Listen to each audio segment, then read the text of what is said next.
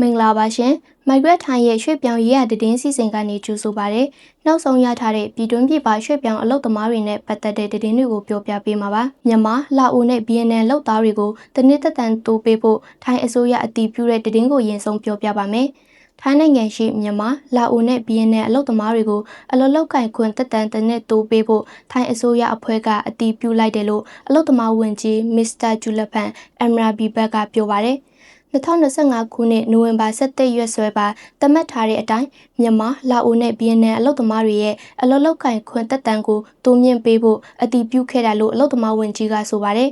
မြန်မာလာအိုနဲ့ဗီယက်နမ်အလုပ်သမားတွေကို2026ခုနှစ်ဒီဇင်ဘာ17ရက်အထိအလုပ်လုပ်ကိုင်ခွင့်ပြုထားတာပါဒီအလုပ်သမားတွေကို2029ခုနှစ်ဒီဇင်ဘာလ17ရက်အထိထိုင်းနိုင်ငံအတွင်းယာယီနေထိုင်ခွင့်တစ်နှစ်ပြုလုပ်ပေးမှာဖြစ်ပြီးအလုပ်ကိုင်ကန့်ထားရေးဦးစီးဌာနကချမှတ်ထားတဲ့လမ်းညွှန်ချက်တွေကိုလိုက်နာရမယ်လို့သိရပါတယ်။အလုပ်ကိုင်ကန့်ထားရေးဦးစီးဌာနစာရင်းအရ2025ခုနှစ်ဒီဇင်ဘာ17ရက်အထိအလုပ်ကိုင်ခွင့်ရရှိထားတဲ့နိုင်ငံခြားသားအလုပ်သမားအရေအတွက်မှာခန့်မှန်းခြေ9,900,000ခန့်ရှိပါတယ်။အလောက်ကိုက်ခတ်ထားရေးဦးစီးဌာနညွှန်ကြားရေးမှူးချုပ်မစ္စတာဆွမ်ချိုင်မိုရာကော့စ်ကလည်းနိုင်ငံကူးလက်မှတ်စာရွက်စာတမ်းမရှိသူတွေအနေနဲ့သတ်မှတ်ထားတဲ့ကာလအတွင်းဆက်လက်ဆောင်ရွက်ရမယ်လို့ပြောပါတယ်။စမတ်ကတ်ဆောက်ဆိုင်နေစဉ်အတွင်းယာယီအလုပ်ကိုက်ခွင့်ပါမစ် Type B Form 62ကိုထုတ်ပေးမယ်လို့မစ္စတာဆွမ်ချိုင်ကပြောပါတယ်။ယာယီအလုပ်ကိုက်ခွင့်ပါမစ်ဟာမြည်သူမြည်ဝါဖြစ်ကြောင်းတသက်ခံကပ်ပြားနဲ့အလုပ်ကိုက်ခွင့်ပါမစ်ထုတ်ပေးရေးဝန်ဆောင်မှုစင်တာတွေမှာသတ်မှတ်ထားတဲ့ရက်စွဲအထိအကျုံးဝင်မယ်လို့ဆိုပါတယ်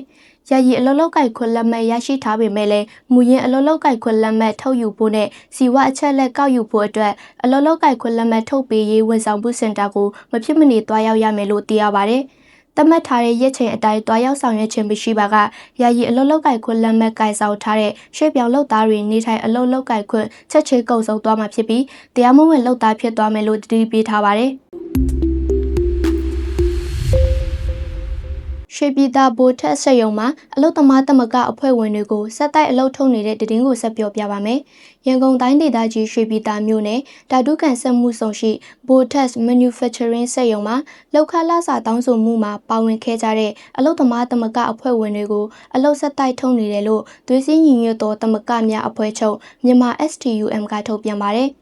ပြီးခဲ့တဲ့ဇွန်လ24ရက်နေ့ကစက်ရုံအတွင်းလောက်ခလာစာကိစ္စတောင်းဆိုမှုဖြစ်ပွားခဲ့ပြီးနောက်မှာသမဂအဖွဲ့ဝင်တွေကိုအလုပ်ထုတ်နေတယ်လို့ဖော်ပြပါရယ်။ဒါပြင်စက်ရုံအတွင်းရှိနိုင်ငံခြားသားပညာရှင်တွေကအလုပ်သမားတွေကိုတာရဲအုပ်ချုပ်တာနဲ့လုပ်ငန်းခွင်အတွင်းဝင်ရောက်ဆွတ်ဖက်တာတွေပြုလုပ်နေတယ်လို့ STUM ကထုတ်ပြန်ပါရယ်။အလုသမားတွေကဝင်ရောက်ဆွတ်ဖက်တာနဲ့ပတ်သက်ပြီးရွှေပြည်သာမြို့နယ်အလုသမားညွှန်ကြားရေးဦးစီးဌာနအာလာညာကိုဇူလိုင်လ3ရက်နေ့ကလေးကတိုင်ကြားစာပေးပို့ခဲ့ပေမဲ့ထိရောက်တဲ့ဖြည့်ရှင်းဆောင်ရွက်မှုတွေမရှိသေးဘူးလို့သိရပါဗျ။စက်ရုံကနေဇူလိုင်လ10ရက်နေ့မှာသမဂအဖွဲ့ဝင်2ဦးဇူလိုင်လ15ရက်နေ့မှာသမဂအဖွဲ့ဝင်2ဦးစုစုပေါင်း2ဦးကိုအလုံးမထုတ်ပယ်ခဲ့ပါတယ်။ဇူလိုင်လ16ရက်နေ့မှာလည်းသမဂရဲ့အတွင်းရေးမှုကိုထပ်မံအလုံးထုတ်ခဲ့တယ်လို့သိရပါဗျ။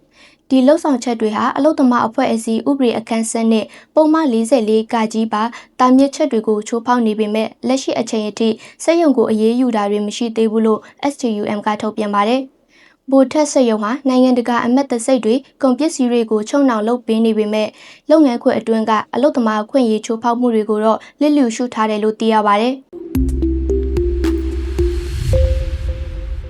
ထိုင်းမှာမြန်မာလုပ်သား134ဦးအလုပ်ထုတ်ခံရလို့ခက်ခဲဖြစ်နေတဲ့တည်င်းကိုပြောပြပါမယ်။ထိုင်းနိုင်ငံမှာမြန်မာလုပ်သား134ဦးကိုကြိုတင်အကြောင်းကြားခြင်းမရှိဘဲစက်ရုံနေရုံကအလုပ်ထုတ်ခဲ့တဲ့အတွက်ကူညီပေးနေရလို့ WAG အဖွဲ့ကထုတ်ပြန်ပါတယ်။ချွန်ဘူရီခိုင်စီလက်ချောင်မြို့နယ်ရှိတန်ဆက်ရုံကမြန်မာလုပ်သား108ဦးကိုအလုပ်ရှင်ကဇူလိုင်လ15ရက်နေ့မှာကြိုတင်အကြောင်းမကြားဘဲအလုပ်ထုတ်ခဲ့တာပါ။အလားတူစမှုပကံမြို့နယ်ရှိမီဂျိုဆက်ရုံမှာမြန်မာလုပ်သား6ဦးကိုလည်းအလုပ်ရှင်ကဇူလိုင်လ9ရက်နေ့မှာကြိုတင်အကြောင်းမကြားဘဲအလုပ်ထုတ်ခဲ့ပါတယ်။ WAG အဖွဲ့ခေါင်းဆောင်ကိုမုံတိုင်းကတော့မြန်မာလုပ်သား100ကျော်အတွက်မြို့နယ်စဝတီကန်အလုပ်သမားရုံးမှာဆာရွက်စာတမ်းကိစ္စတွေတင်ပြထားပြီး6ဦးကိုတော့စဝတီကန်မှာပဲအမှုဖွင့်တိုင်ကြားထားတယ်လို့မိုက်ဂရက်ထိုင်းကိုပြောပါတယ်။အလုပ်ရှင်ကနေလှုပ်သက်အလိုက်နစ်နာခြင်းမပေးတာဥပဒေအရရရှိတဲ့အခွင့်အရေးတွေလုံးဝမပေးတာတွေကြောင့်အလုပ်သမားတွေကအခက်အခဲကြုံတွေ့နေရတဲ့အတွက် WAG အဖွဲ့ကိုဇူလိုင်လ15ရက်နေ့နဲ့16ရက်နေ့တွေမှာအကူအညီတောင်းခဲ့ကြတာဖြစ်ပါတယ်။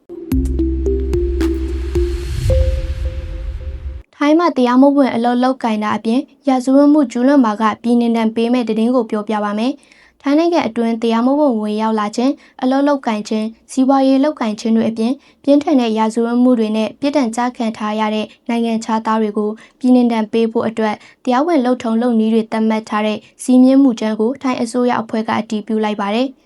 အစိုးရပြောရေးဆိုခွင့်ရှိသူရက်ချက်ဒါကဇူလိုင်လ14ရက်နေ့မှာပြုလုပ်တဲ့အစိုးရအဖွဲ့အစည်းအဝေးမှာဝန်ကြီးချုပ်ရုံးရဲ့ပြည်နှင်ဒဏ်ပေးခြင်းဆိုင်ရာစီးမြင့်မှုကျန်းကိုအတည်ပြုခဲ့တယ်လို့ပြောကြားပါရယ်။ထိုင်းအာဏာပိုင်တွေကပြည်နှင်ဒဏ်ပေးနိုင်တဲ့ပြည်မှုတွေကတော့ထိုင်းနိုင်ငံအတွင်းသို့တရားမဝင်ဝင်ရောက်ပြီးဆက်လက်နေထိုင်ခြင်းထိုင်းနိုင်ငံတွင်အလုပ်လုပ်ကိုင်ခြင်းစီးပွားရေးလုပ်ကိုင်ခြင်းအစိုးရတရားဝင်အထောက်အထားဆောင်ရွက်စာတမ်းများကိုအတူပြုလုပ်အသုံးပြုခြင်းထောင်ဒဏ်3နှစ်နဲ့အထက်ကြာခံစေနိုင်သောပြစ်မှုကိုကျူးလွန်ခြင်းအားပေးကူညီသူအဖြစ်ပါဝင်ပတ်သက်ခြင်းတို့ဖြစ်တယ်လို့ထိုင်းသတင်းတွေကဖော်ပြပါတယ်။စီးမြင့်မှုကျန်းအရာတော့အကျဉ်းဦးစီးဌာနကနိုင်ငံခြားသားအကျဉ်းသားတွေကိုမလွတ်ပေးမီအချက်လက်တွေကိုပြည်ထရေးဝန်ကြီးဌာနကိုပေးပို့ရပါမယ်။ပြည်ထရေးဝန်ကြီးဌာနကပြည်내နံပေးဖို့ဆုံးဖြတ်ပြီးသက်ဆိုင်ရာပုဂ္ဂိုလ်သူရဲ့မိခင်နိုင်ငံသားဖြစ်ရာနိုင်ငံဒါမှမဟုတ်ပြည်လည်ပို့ဆောင်ဖို့တာဝန်ယူရမယ်လို့သိရပါတယ်။ပြည်내နံပေးမဲ့သူကိုတန်တမန်လမ်းကြောင်းကတဆင့်တောင်းဆိုချက်တင်ပြလာပါကသူ့ကိုတတ်မှတ်ထားတဲ့နိုင်ငံကိုပေးပို့ရမယ်လို့စီမင်းမှုကျန်းအရာသိရပါတယ်။တာနဲ့ဆန်ခရဘူရီမှာခိုးဝင်လာတဲ့မြန်မာ46ဦးဖမ်းခံရတဲ့တဲ့တင်ကိုပြောပြပါမယ်။ထိုင်းနိုင်ငံသားခိုင်ဝမ်ကျောင်းမြို့နယ်မှာမြန်မာဘက်ချမ်းကနေတရားမဝင်ဝင်ရောက်လာတဲ့မြန်မာနိုင်ငံသား23ဦးနဲ့ကချနဘူရီခရိုင်ဆန်ခရဘူရီမြို့နယ်အတွင်းမှာခိုးဝင်လာတဲ့မြန်မာနိုင်ငံသား23ဦးတို့ကိုဖမ်းဆီးခဲ့တယ်လို့သက်ဆိုင်ရာဌာနတွေကဇူလိုင်လ18ရက်နေ့မှာသတင်းထုတ်ပြန်ပါတယ်။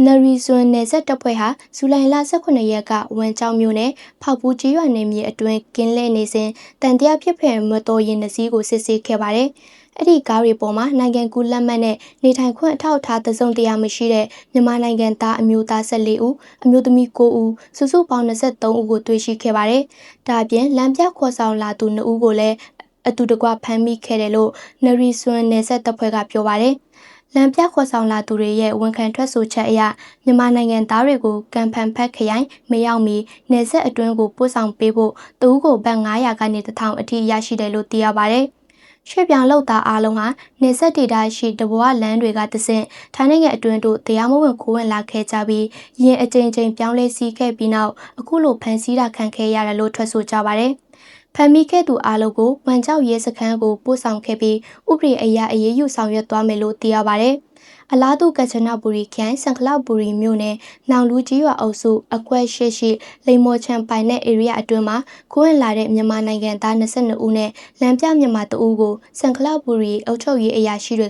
ကဇူလိုင်လ16ရက်မှာဖမ်းမိခဲ့ပါတယ်။သူတို့တွေဟာနိုင်ငံကူးလက်မှတ်နဲ့နေထိုင်ခွင့်အထောက်အထားသစုံတရာမပြသနိုင်ပဲထိုင်းစကားကိုလည်းပြောဆိုနိုင်ခြင်းမရှိဘူးလို့သိရပါတယ်။ထိုင်းနိုင်ငံမှာအလုပ်လုပ်ဖို့အတွက်တရားမဝင်လမ်းလျှောက်ဝင်ရောက်လာတာဖြစ်တယ်လို့ဝန်ခံခဲ့တာကြောင့်သက်ဆိုင်ရာရဲစခန်းထံလွှဲပြောင်းခဲ့တယ်လို့သိရပါတယ်။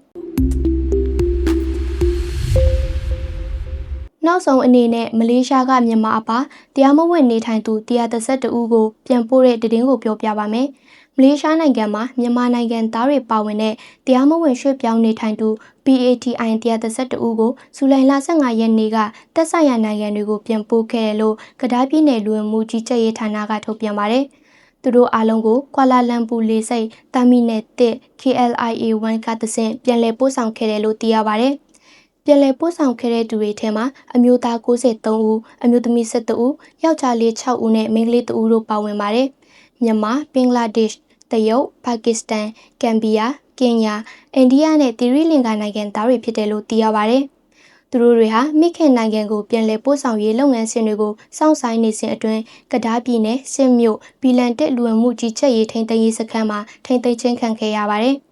ထိန်းသိမ်းခံရသူတွေဟာတရားဝင် passport ဒါမှမဟုတ်ခွင့်ပြုချက်မရှိဘဲနိုင်ငံအတွင်းဝင်ရောက်ခြင်းအပါအဝင်လူဝင်မှုကြီးကြပ်ရေးအဥပဒေတွေနဲ့ပြည်ထန်ကြခံပြီးနောက်ပြန်လည်လွတ်မြောက်လာသူတွေဖြစ်တယ်လို့လူဝင်မှုကြီးကြပ်ရေးဌာနကထုတ်ပြန်ပါတယ်။သူတို့တွေကိုမလေးရှားနိုင်ငံကိုပြန်လည်ဝင်ရောက်ခွင့်တားဆီးဖို့အတွက်မလေးရှားနိုင်ငံလူဝင်မှုကြီးကြပ်ရေးဌာနမှအမည်ပြစရင် blacklist ထည့်သွင်းထားတယ်လို့ဆိုပါတယ်။ Migrant Thai ရဲ့ပြည်တွင်းပြည်ပရွှေ့ပြောင်းအလုပ်သမားရေးရာသတင်းတွေကိုနားဆင်ခဲ့ရတာပါ။ Migrant Thai ရဲ့သတင်းတွေကို migrantthai.com website နဲ့ Facebook, YouTube, Telegram, TikTok စတဲ့ online media platform တွေမှာကြည့်ရှုနားဆင်နိုင်ပါတယ်။ကျေးဇူးတင်ပါတယ်ရှင်။